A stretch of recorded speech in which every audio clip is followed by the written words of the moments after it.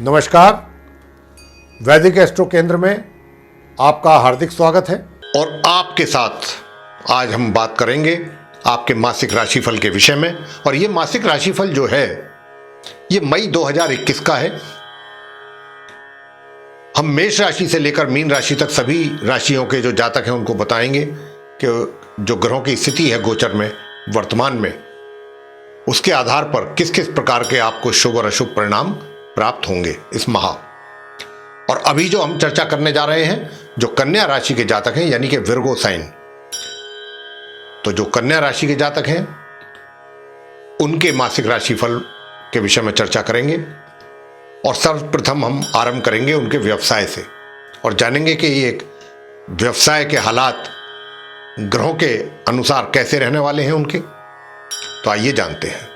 तो साथियों, आपको मैं बताना चाहता हूं जो कन्या राशि के जातक हैं कि आपका इस माह मई के महीने में बहुत ही सुंदर एक राजयोग बन रहा है भाग्य भाव में, और भाग्य का भरपूर सहयोग आपको मिलेगा।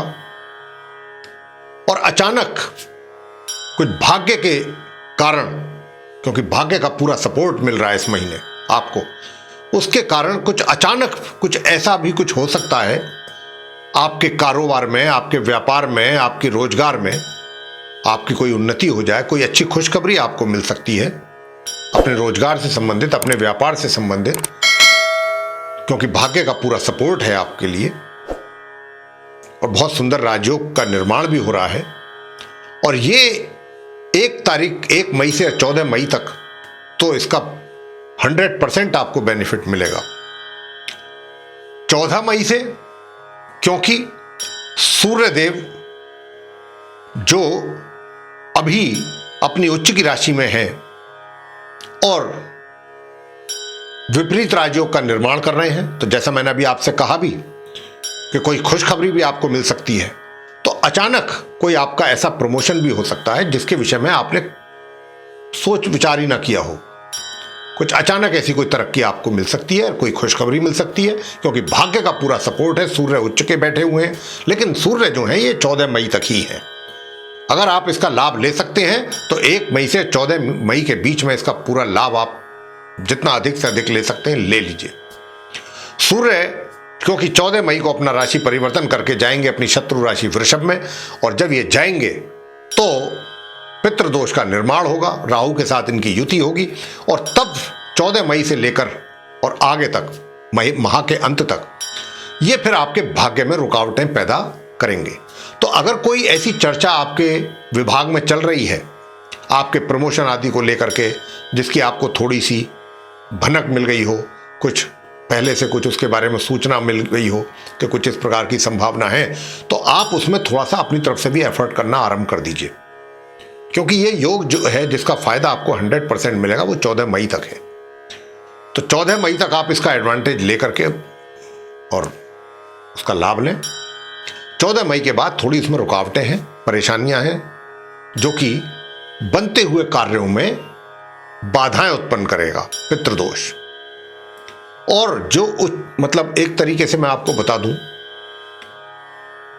क्योंकि ये जो आपको विपरीत राजयोग सूर्य बना रहे हैं वो भी एक राजयोग है, वो भी मात्र 14 मई तक ही है।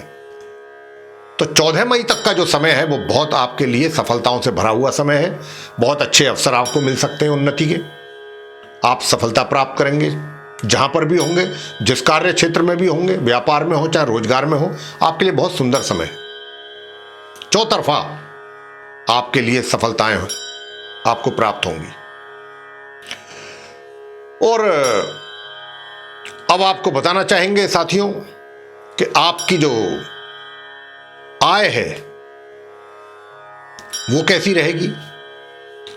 तो देखिए, आय की तो बात यह है कि जब 14 मई को मैंने कहा कि सूर्य राशि परिवर्तन करेंगे, तो उसके बाद आपका दूर दराज की यात्राओं का भी योग बनेगा, तो उसके माध्यम से भी आपको आय प्राप्त होगी। और जहां तक आय का प्रश्न है, आय का यह है कि सामान्य तौर से आपको आय होगी, सामान्य रूप से, क्योंकि ये जो मैंने आपसे कहा कि इसका लाभ उठाएं 1 से 14 मई के बीच का, जो राजयोग बना हुआ भाग्य का साथ है। तो आज अगर आपको तरक्की हुई है तो जो भी आपके प्रमोशन होगी या जो भी आपको लाभ होगा उसका जो इकोनॉमिकली जो आपको बेनिफिट है वो तो आने वाले समय में दिखाई देगा, एकदम तो नहीं होगा। ऐसा नहीं है कि एकदम आपके हाथ में पैसा आ जाएगा। अभी तो पेपर्स आएंगे, ऑर्डर्स होंगे, तब जाकर के उसका फिर वो आएगा। तो अभी सामान्य इनकम रहेगी आपकी। और जहां तक इस बात का प्रश्न है कि सेविंग्स, तो अभी सेविंग्स में भी थोड़ा सा अवरोध है। सेविंग्स भी अभी आपकी इतना नहीं हो पाएंगी जितना आप चाहते हैं, थोड़ा सा उसमें भी कमी पेशी रहेगी। सुख सुविधाओं का भी जो लाभ है वो भी आपको पूर्ण रूप से नहीं मिल पाएगा। लेकिन हाँ, इतना अवश्य कहते हैं कि देखिए, जहां तक सुख सुविधाओं की बात है तो अगर आप कोई प्रॉपर्टी, कोई घर, कोई मकान अगर कोई लेना चाहते हैं तो उसके लिए बहुत अच्छा अवसर है। इसमें यह कार्य आपका हो सकता है 1 मई से 14 मई के बीच में। अच्छा समय हो जाएगा अगर आप चाहते हैं तो उसके लिए यह समय काफी उपयुक्त है। प्रेम संबंध, प्रेम संबंधों को लेकर के ग्रहों का मैं देख पा रहा हूं आपके चार्ट में कोई सहयोग नहीं मिल पा रहा है दूर दूर तक भी।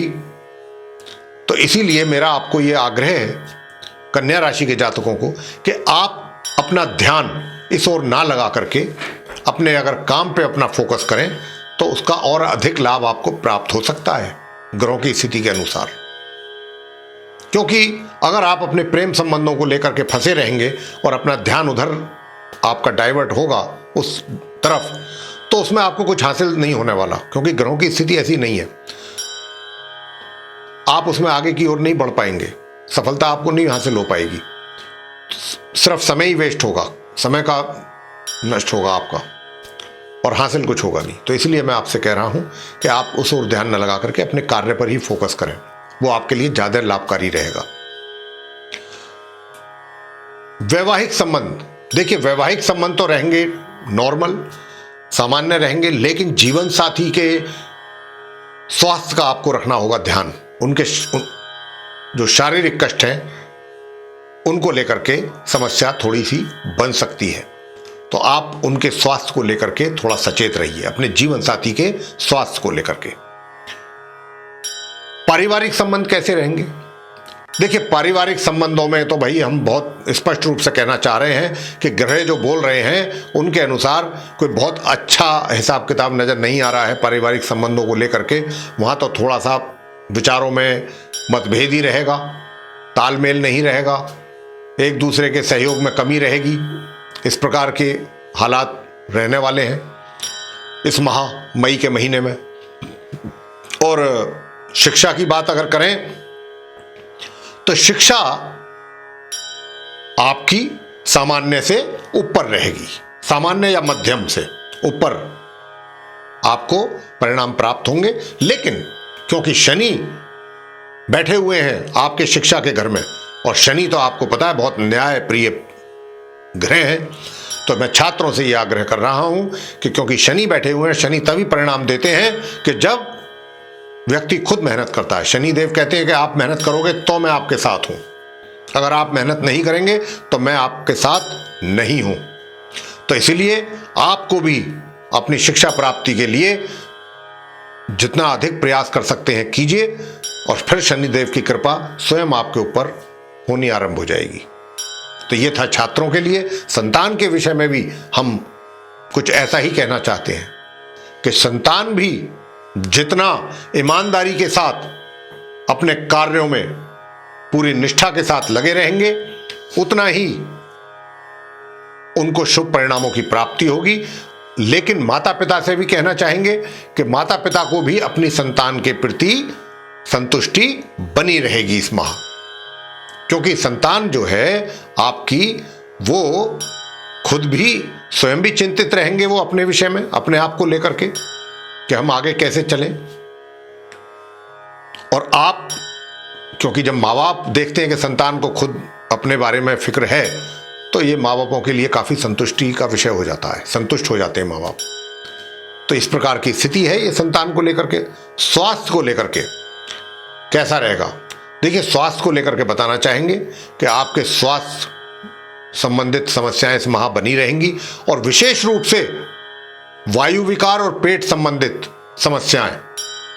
तो इसलिए अपने खाने पीने का पूरा ध्यान रखिए, अपना पूरा रूटीन मेंटेन रखिए, उठने से लेकर सोने तक का, अन्यथा हो सकती है आपको पेट से संबंधित समस्या। तो ये जो था आपका राशिफल मैंने जो बताया, और अब अंत में मैं उपाय बताने जा रहा हूं। अगर करेंगे उपाय तो उससे होंगे आपको लाभ। तो देखिए, गुरुवार के दिन केले के वृक्ष की पूजा अवश्य करें। अगर करेंगे केले के वृक्ष की पूजा तो आपके स्वास्थ्य को लाभ होगा, आपके जीवन साथी के भी स्वास्थ्य को लाभ होगा। ये तो गुरुवार के दिन अगर आप पूजा करते हैं केले के वृक्ष की। दूसरा ये है कि आप 14 मई से और 30 मई के बीच में प्रतिदिन स्नान के पश्चात सूर्य देव को जल देना ना भूलें, और उनके मंत्र का भी उच्चारण अगर करेंगे तो और भी अति उत्तम है। ओम गृणी सूर्याय नमः 108 बार जल देते हुए मन मन में कर लीजिए। तो ये करना है आपने दूसरा उपाय। और तीसरा उपाय आपने करना क्या है? तीसरा उपाय आपने ये करना है कि मंगलवार के दिन आपने हनुमान जी की प्रतिमा के सामने सरसों के तेल का दीपक जला करके उनके सामने बैठना है, और वहीं पर बैठ करके अगर आप कर सकते हैं तो हनुमान स्तोत्र का पाठ करें, और कुछ मीठे का भोग लगाएं उन्हें, जैसे कि बेसन के लड्डू हुए, जैसे कि बूंदी हुई। ये कार्य आप करें और समापन करें हनुमान जी की आरती से। और अगर कर सकते हैं और अगर अधिक श्रद्धा भाव रखते हैं आप, तो मंगलवार के दिन ही हनुमान जी की प्रतिमा को सिंदूर का चोला अवश्य चढ़ाएं। ये आप उपाय करें और देखिए आपको फिर उसके कितने शुभ परिणामों की प्राप्ति होती है। तो ये था साथियों आप कन्या राशि के जातकों का मई के महीने का राशिफल। आपको पसंद आया तो इसे लाइक करें, शेयर करें, चैनल को भी सब्सक्राइब करना ना भूलें। साथ ही जो बेल आइकन है उसको अवश्य दबाएं, ताकि जो भी आने वाले दिनों में हमारे नए कार्यक्रमों के वीडियोस हैं वो आप तक आसानी से पहुंच सकें और आप उन सभी का भी लाभ समय अनुसार प्राप्त कर सकें। इसी के साथ साथ बहुत बहुत धन्यवाद। जय माता दी।